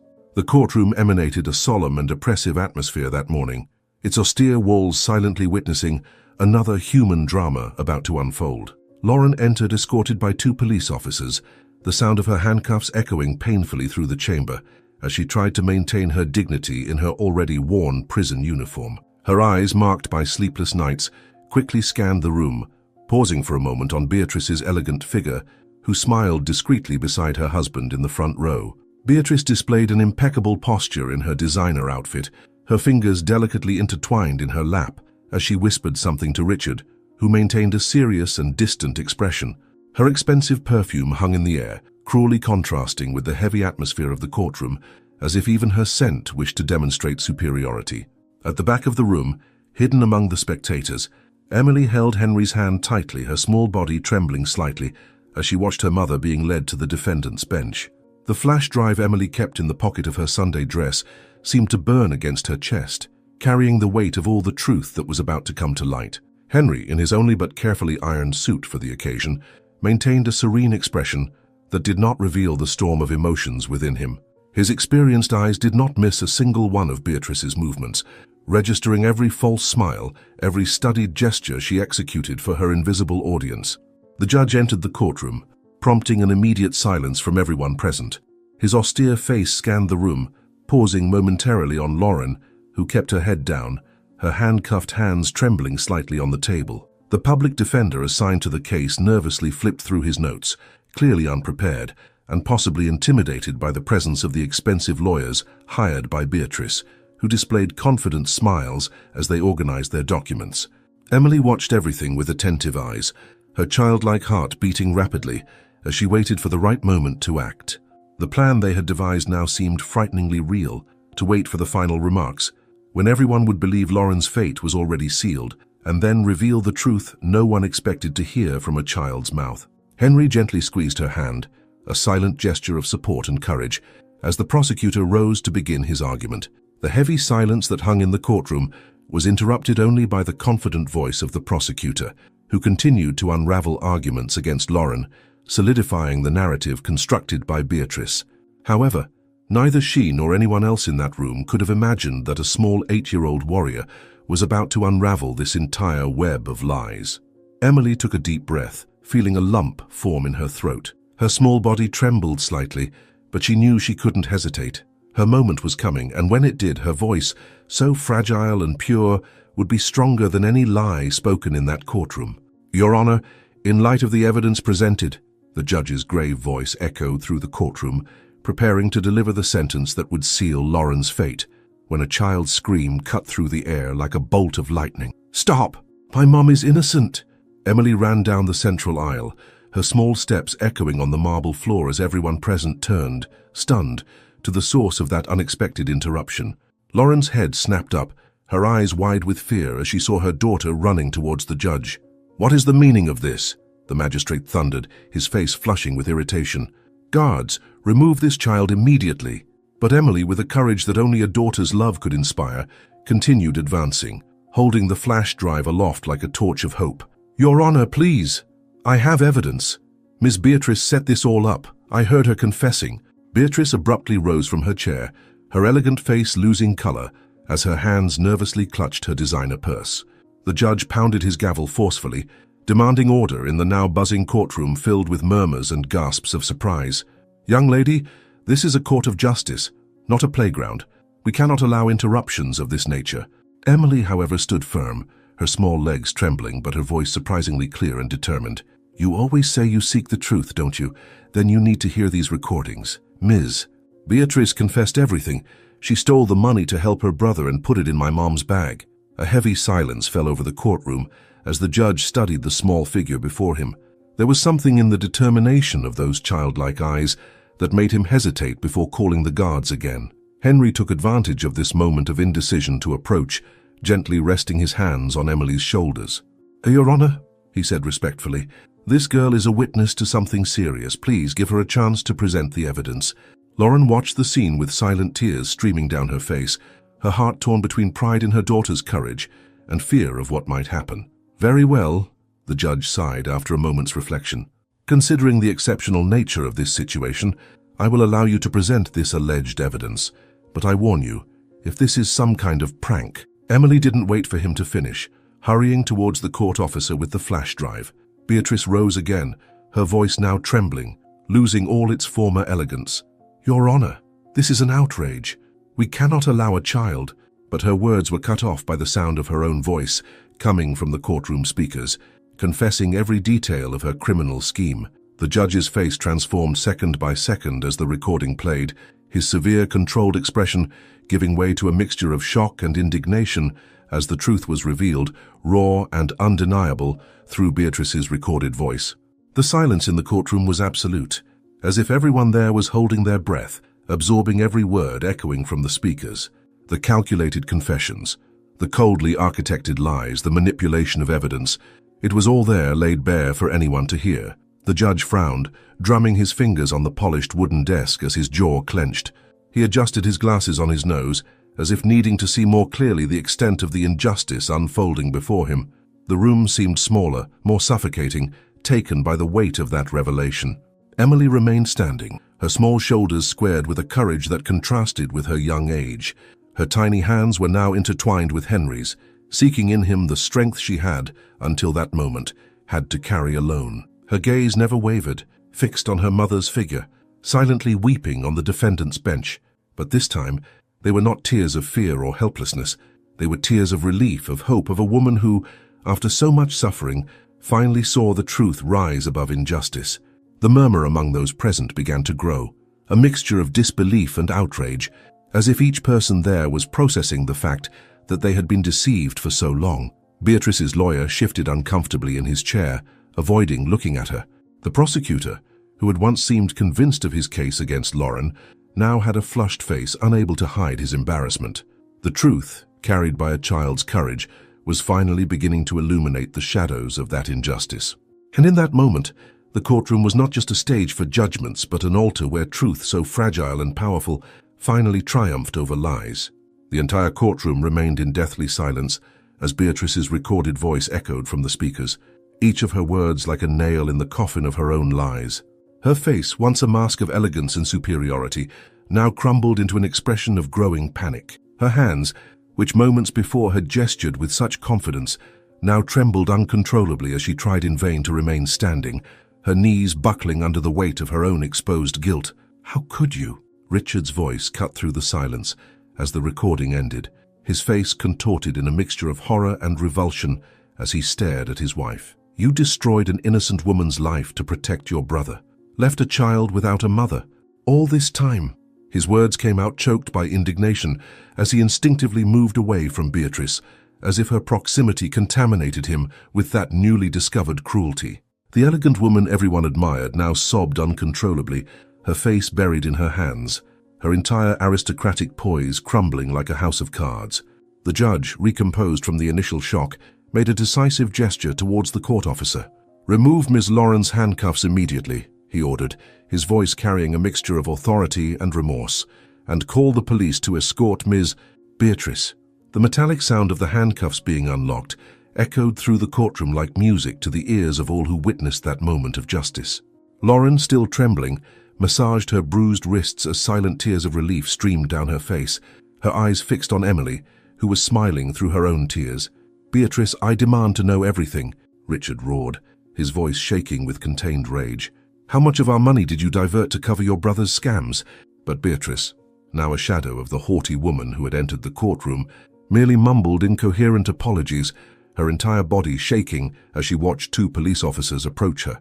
Her world built on lies crumbled before everyone's eyes, each pillar of her empire of falsehoods collapsing under the weight of the truth brought by an 8-year-old child. Lauren slowly rose, her legs wobbling after so long seated on that defendant's bench. As in a dream, she saw Emily running towards her, arms wide open, her face illuminated by a smile that could melt glaciers. The entire courtroom watched, moved as mother and daughter reunited, while Beatrice was led away, her desperate pleas echoing through the hallways. Henry observed the scene with tears in his eyes, his heart overflowing with joy to see that the love and courage of a child had finally triumphed over cruelty and injustice. The visibly emotional judge took a deep breath before firmly striking the gavel, his voice strong but choked with the intensity of the moment. "I hereby declare Lauren officially innocent of all charges." The courtroom erupted in murmurs and relieved sighs, some lawyers exchanging looks of disbelief, while others nodded discreetly in approval. Mrs. Teresa brought her hands to her face, unable to contain the sobs that shook her frail shoulders. Henry heaved a heavy sigh, as if at that moment the entire weight of months of struggle was torn from his chest. Emily, seated in the front row, held her little hands clasped to her chest, her eyes wide, shining with emotion. As the judge proceeded, his voice laden with authority and justice, the girl pursed her lips to stifle a sob. "I order her immediate release and the start of a full investigation into the actions of Beatrice and her brother." The words seemed to reverberate throughout the room, dissolving any lingering shadow of injustice that had loomed over Lauren. Lauren, still handcuffed, could barely believe it. Her tearful eyes met Emily's, who leapt from the bench and ran towards her. "Mum!"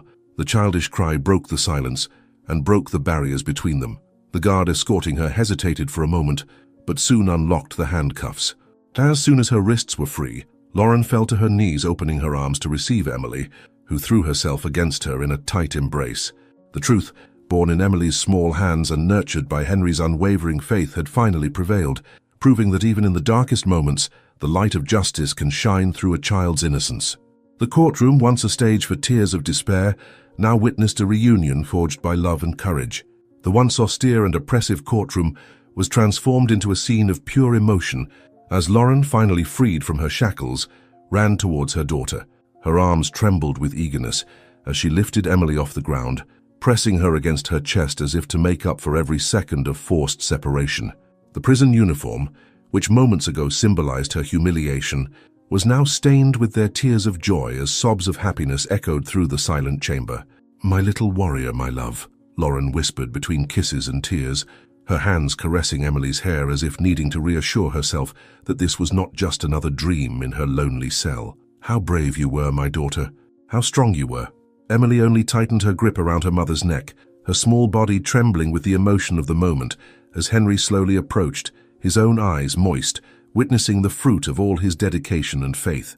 Richard, still visibly shaken by the revelation of his wife's betrayal, approached the group with hesitant steps. His face, marked by the weight of guilt and shame, showed a painful sincerity as he addressed Lauren. "I can never fully compensate for the suffering we have caused you and your family, but I promise to do everything in my power to try to make amends for this terrible mistake." His words, though sincere, seemed small in the face of the magnitude of the injustice that had been committed. Henry, who had remained a silent guardian throughout the ordeal, finally joined the embrace, enveloping mother and daughter in his protective arms. The old gardener, who had risked everything to prove the truth, now let his own tears flow freely, his heart overflowing with joy to see his makeshift family finally reunited. Lauren extended an arm to include him in the embrace, knowing that without his loyalty and courage, this moment of redemption would never have been possible. "I want you to know," Richard continued, his voice choked with emotion, "that in addition to the compensation that will be paid, I am offering Lauren a supervisory position in my company. It is the least I can do to try to rebuild what was destroyed." The businessman, now a shadow of the arrogant man who had condemned Lauren without question, seemed sincerely committed to correcting the mistakes of the past.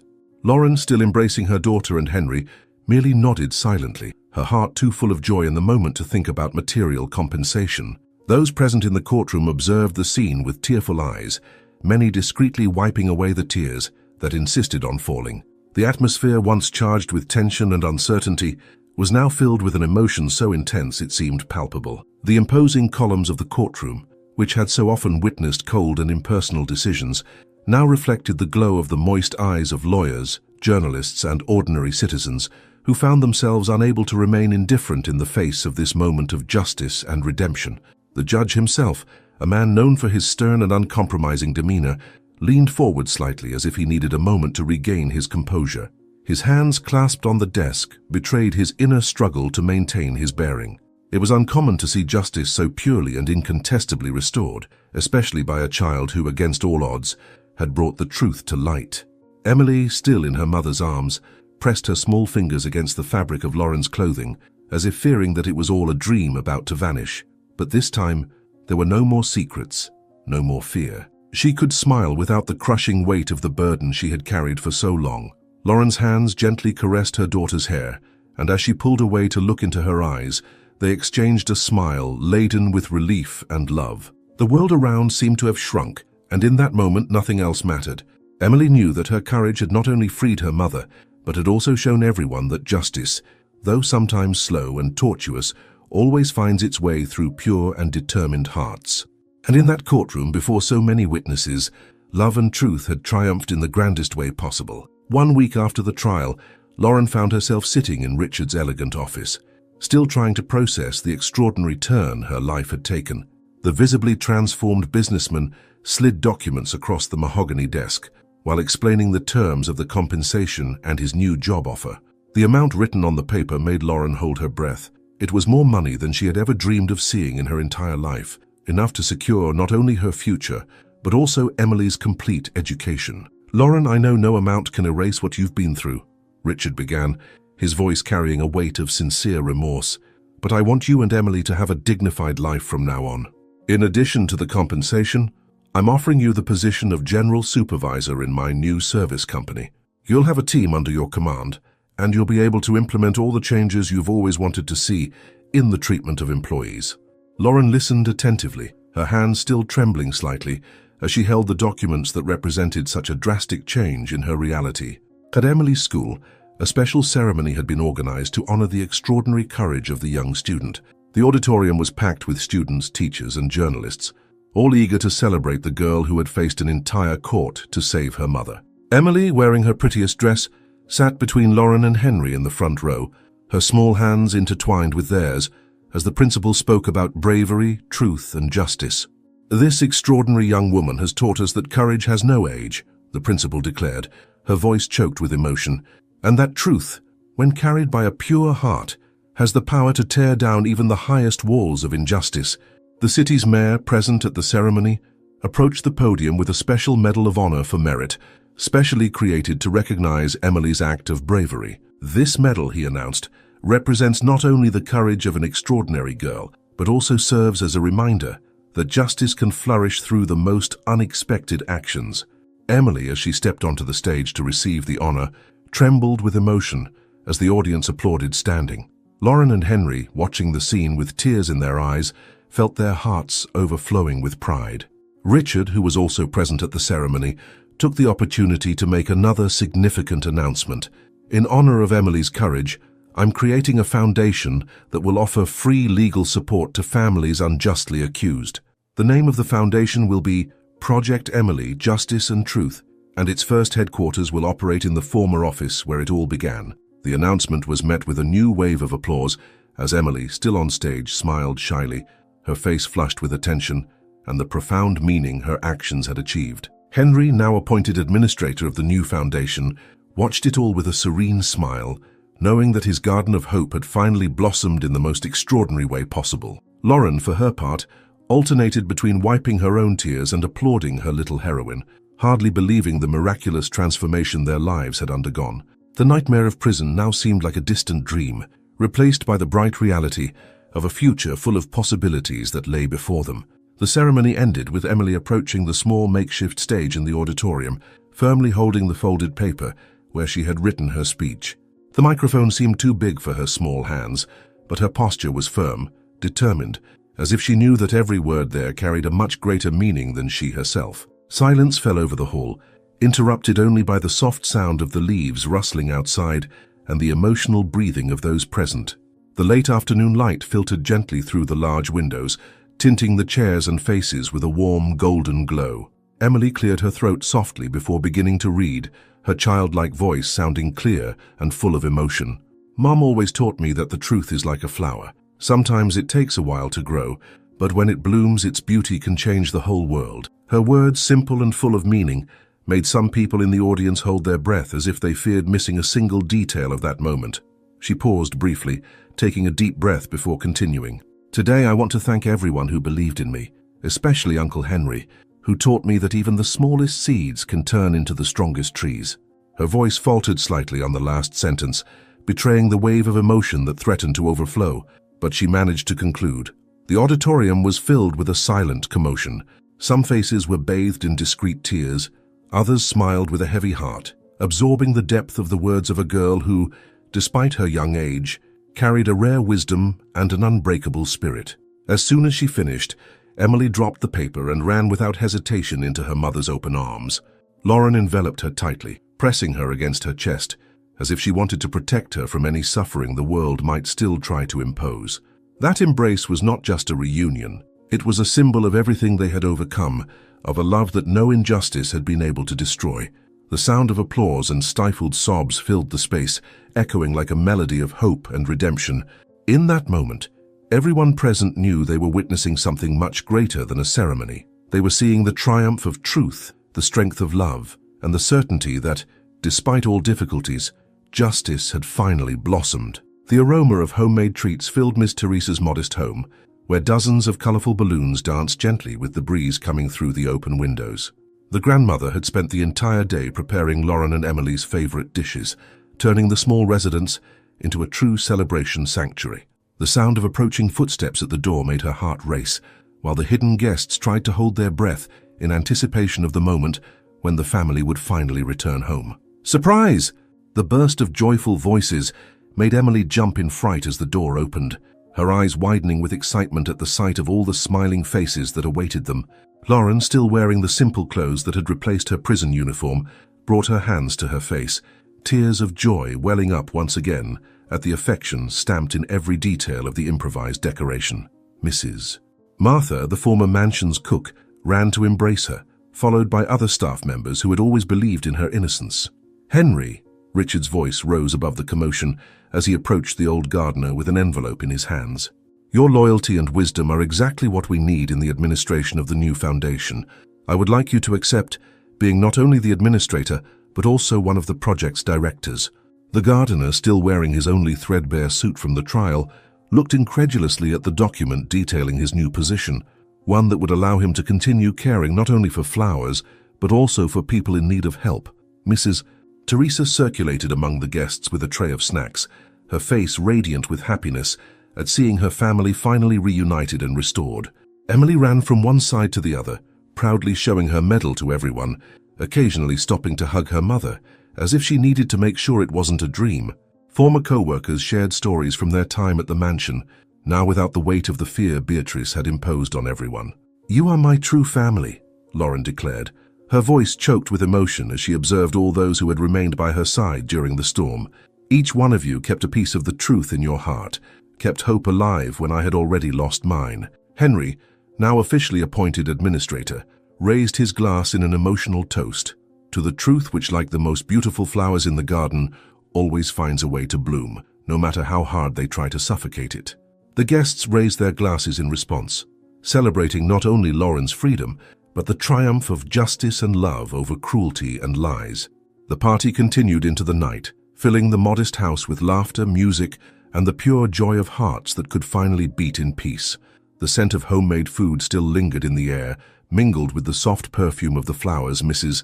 Teresa had arranged on the table as a symbol of renewal. Small, colorful twinkle lights improvised by Henry and some neighbors softly illuminated the backyard, reflecting in the windows of the house like vibrant little stars that seemed to dance to the sound of children's laughter as they still ran from one side to the other. Lauren, seated in the worn living room armchair, felt her body relax for the first time in a long while. It was as if all the weight of injustice and fear had finally dissolved, leaving only gratitude behind.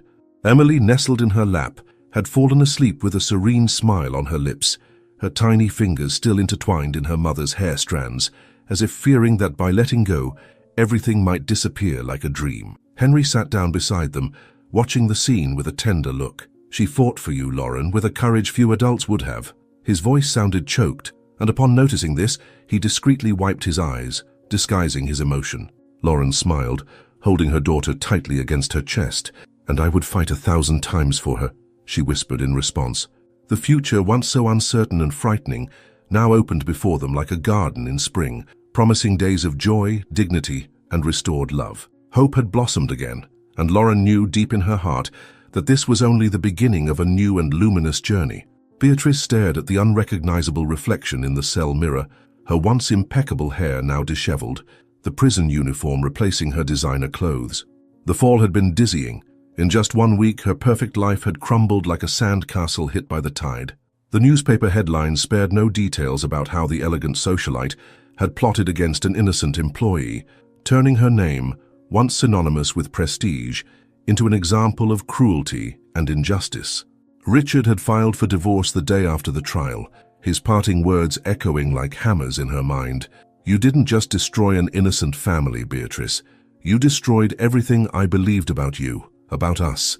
The mansion, her own personal kingdom for so many years, would be sold, and the money would go to a fund to help wronged domestic workers, an irony that escaped no one who knew her story. Her friends, once so present, now avoided any association with her name, fearing her disgrace might be contagious.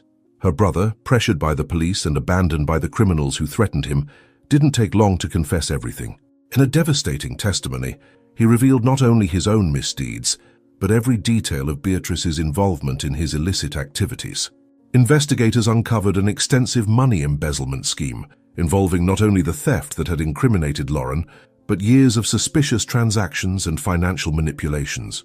Each revelation was like a new nail in her social coffin. The prosecutor had been relentless during the custody hearing. "Your Honor, we are facing not only a crime against property, but a cruel manipulation that nearly destroyed an entire family." The defendant demonstrated coldness and calculation in planning every detail of this charade. The sentence, when it came, was severe: years in prison for fraud, perjury, and racketeering. Her name, once featured in society columns, now occupied the police pages. Seated in her cell, Beatrice finally understood the true price of her actions. The thin mattress beneath her weary body felt as harsh as the reality that now enveloped her. The cold, pale walls around her were a constant reminder that there was no more luxury, no more power, only the crushing loneliness of someone who had lost everything.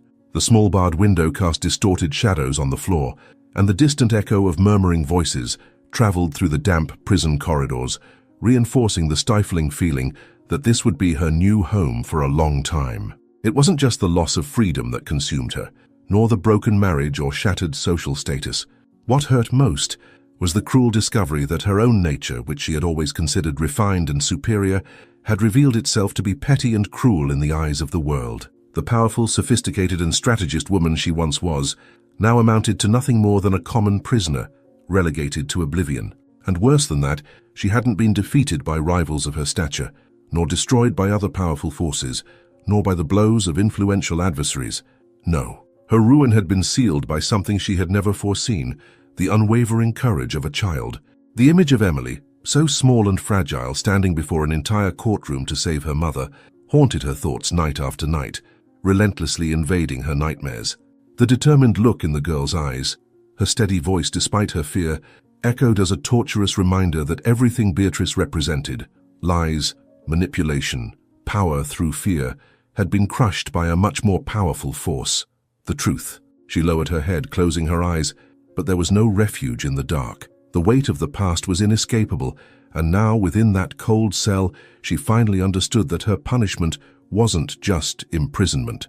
It was living with the knowledge that she had been defeated by something she could never control, the purity of a child who had simply refused to accept injustice. 6 months after her conviction, Beatrice found herself in an environment completely different from the luxury she was accustomed to. The family support center, located in a modest neighborhood of the city, would be her workplace for the next few years as part of her alternative sentence. Her hands, once adorned with expensive jewelry, now carried folders containing the stories of families in need of legal and social assistance, each case painfully reminding her of the harm she had caused Lauren and Emily. The mansion that had once been her kingdom of arrogance had now transformed into something entirely different. Richard, determined to turn that place of bitter memories into a symbol of hope, had converted the property into a support center for domestic workers. The halls that had once witnessed lavish parties now housed classrooms for professional training, free legal clinics and welcoming spaces. The garden, still under Henry's devoted care, bloomed more beautifully than ever, as if nature itself celebrated the transformation of the place. "The people here have stories you need to hear, Beatrice," explained the coordinator of the social project, a woman with a firm but gentle gaze. "Each one of them could have been Lauren. Each child could have been Emily. Your work here isn't just about serving a sentence, but learning to see the humanity you once denied." Beatrice swallowed hard, silently nodding as she observed the families waiting for assistance, their expressions carrying the same fear and helplessness she had once ignored in Lauren. In the former mansion, now the Worker Support Center, Richard personally supervised the changes. The old silk curtains were replaced with simple, welcoming fabrics, and the luxurious furniture gave way to study tables and computers for professional training courses. The office where Beatrice had planned her cruel scheme had been transformed into a community library, filled with books on labor rights and citizenship. The irony of this transformation did not escape anyone who knew the history of the place. Gradually, Beatrice began to understand the true meaning of humility and redemption. Each day of work at the social project was a lesson in humanity, and every story she heard opened her eyes to a reality she had chosen to ignore during her entire privileged life. The families she now assisted didn't know her past, but her sincere remorse shone through in every gesture, in every word of comfort she had learned to offer. The woman who had once used her power to destroy lives now dedicated her days to rebuilding them, discovering that true nobility lay not in titles or possessions, but in the ability to serve others. At the end of each day, when the doors of the social center closed and the murmur of voices turned into a welcoming silence, Beatrice allowed herself a moment of reflection. The night air, still warm from the departing sun, carried a subtle scent of damp earth and flowers dried by the heat. She walked slowly down the corridor, illuminated by warm yellow lights. Running her fingertips along the walls painted a calming blue, as if trying to absorb the peace that this place represented. The weight of her past actions still haunted her, slipping between her thoughts in moments of solitude.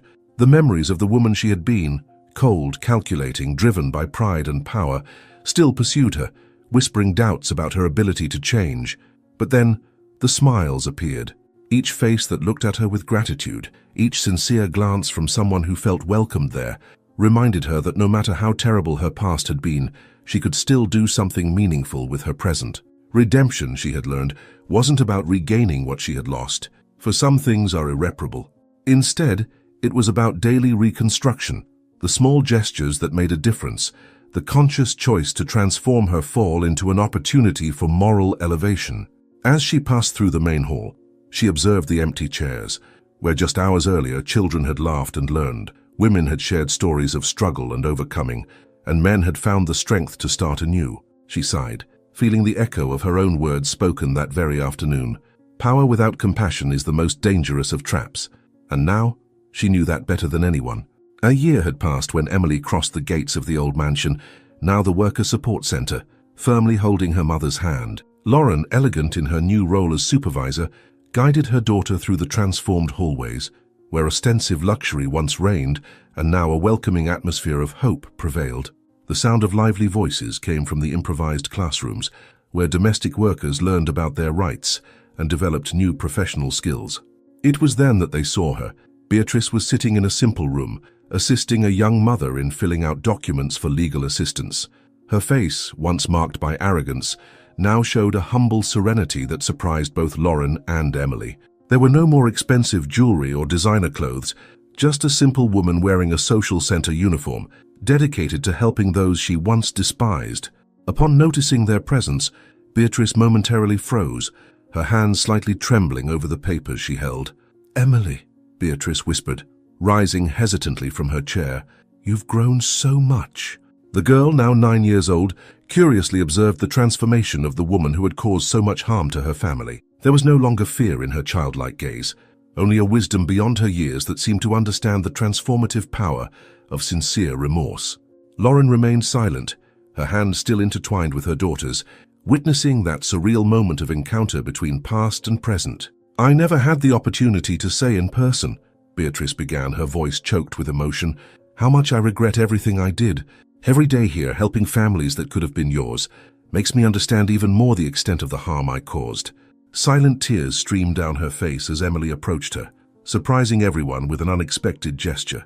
The little girl extended her small hand toward her former employer, offering not only a greeting, but also forgiveness. "Uncle Henry always says that even the most beautiful flowers can bloom in difficult places," Emily spoke, her childlike voice carrying a surprising maturity. "You too can bloom again, Ms. Beatrice. You just need to keep caring for people like you do now." Beatrice accepted the girl's outstretched hand, her body trembling with contained sobs as the deepest lesson of her life was taught by a child she had tried to destroy. Lauren watched the scene with teary eyes, recognizing that the cycle of pain finally closed in that moment of unexpected forgiveness. The social center, with its walls now decorated with messages of hope and photographs of success stories, was the living testament to how truth and justice had triumphed not through revenge, but through transformation. The subtle aroma of polished wood mingled with the light scent of lavender coming from the small candles scattered across the tables, creating a cozy and serene atmosphere. The former ballroom of the mansion, once filled with false laughter and self-interested conversations, was now filled with the genuine sound of children playing, their laughter echoing like a gentle melody of renewal. She gently ran her fingers over one of the frames hanging on the wall, where a photograph of her daughter, Emily, smiled alongside other children, holding an open book. The reading program they had started there had already changed countless lives, and Lauren felt her chest warm as she realized that, despite everything, her struggle had not been in vain. Her daughter, once so small and fragile in the face of the world's cruelty, was now an inspiration to other children who learned that the truth always finds a way to shine, even in the densest shadows. By her side, Henry cleared his throat softly, as if he wanted to say something but hesitated. His eyes, weary with time, were full of silent pride. "I know it wasn't easy to get here, girl," he murmured, his voice hoarse but full of tenderness. "But look around you. You won. Against everything and everyone, you won." Lauren smiled, feeling the weight of her scars slowly dissolve. She closed her eyes for a moment, allowing herself to breathe deeply. For the first time in a long time, she finally felt free. If Emily and Lauren's story moved you, don't forget to subscribe, like, and check out the story appearing on screen now, specially chosen for you. See you soon.